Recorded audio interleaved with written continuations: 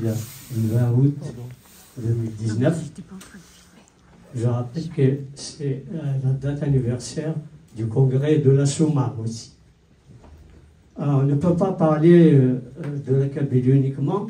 Je lance un rappel quand même de l'agression portée par le pouvoir algérien contre le Mzab il y a quelques années. Donc tout se mêle et s'entrechoque. La condamnation de Mouzabi, il me semble, l'assassinat de Jamal Farha. Donc tout ça, ne l'oublions pas non plus.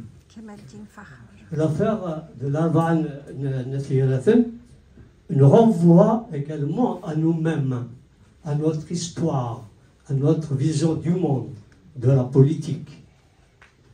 Elle nous renvoie à notre vie en société, mais elle nous renvoie aussi à notre légendaire naïveté. Nous en ayons été naïfs et nous-mêmes, nous avons continué à être naïfs, à suivre bêtement une politique, une manipulation tracée depuis l'indépendance et peut-être avant jusqu'à maintenant.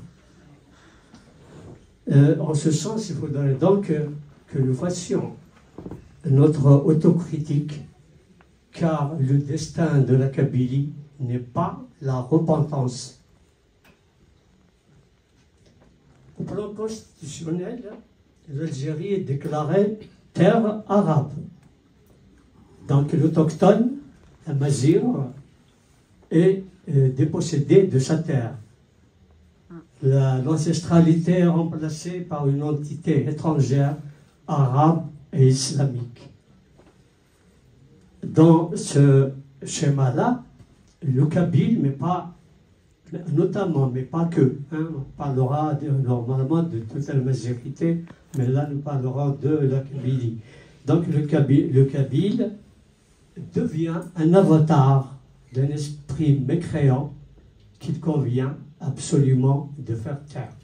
Et je vais citer un sénateur algérien, donc je rajoute, qui a dit « C'est une tumeur cancéreuse dans le corps social de l'Algérie qu'il convient d'extirper. » Je crois que nous avons là une phrase qui résume un peu tout, la pathologie du régime et la volonté d'anéantissement d'un peuple.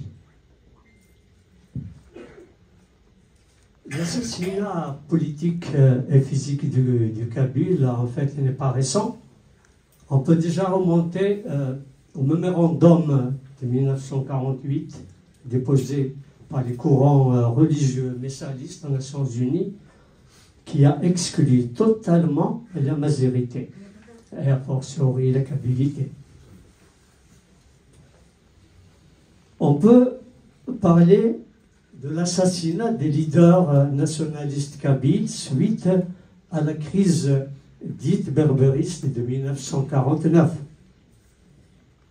On peut parler de l'élimination physique des leaders du mouvement national, donc de la guerre contre la colonisation, à Aban, Kérim, à Amirouche et bien d'autres.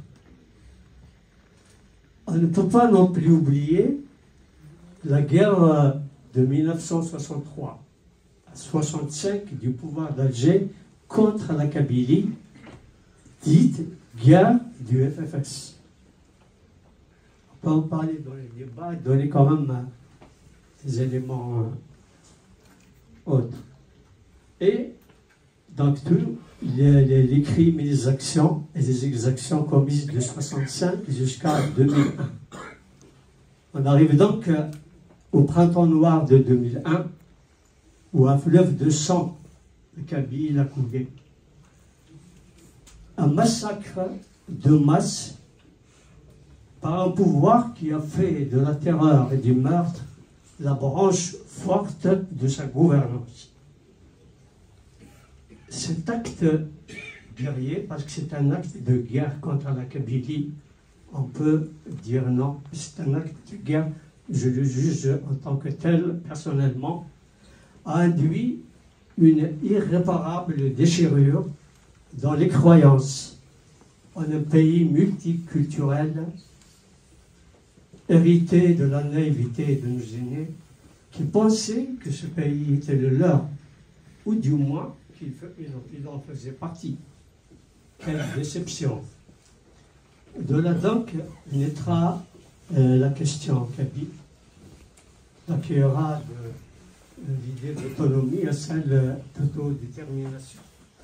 Et quand la question de l'identité se pose, cela veut dire qu'il y a un besoin de faire valoir ses droits propres face à une puissance hégémonique, et de surcroît lorsque cette puissance-là impose sa culture comme vérité.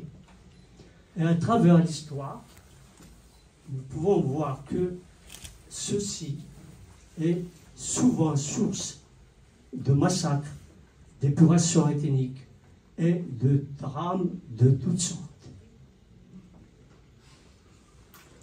Puis la manifestation grandissante de la question kabyle au niveau international surtout va donner lieu à une recomposition de l'idéologie officielle et à une représentation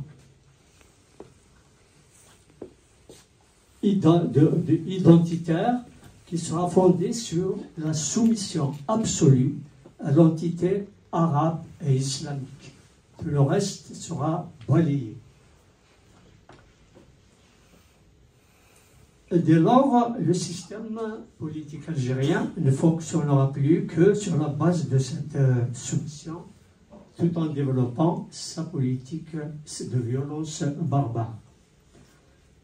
Et quand il y a l'idéologisation accrue de la vie en société, elle participe d'une représentation sociale de la violence à tous les niveaux.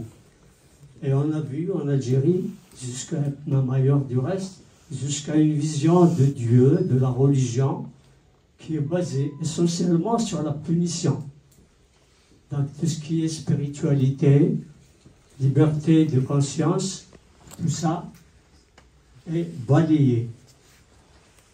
On a une vision monolithique qui sera réfractaire à toute différence, aussi minime soit-il, à tout ce qui ne rentre pas dans le moule idéologique du pouvoir.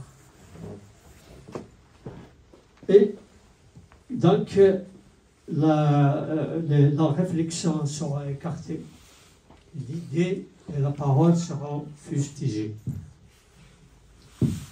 On a une image réelle qui favorise une paranoïa collective.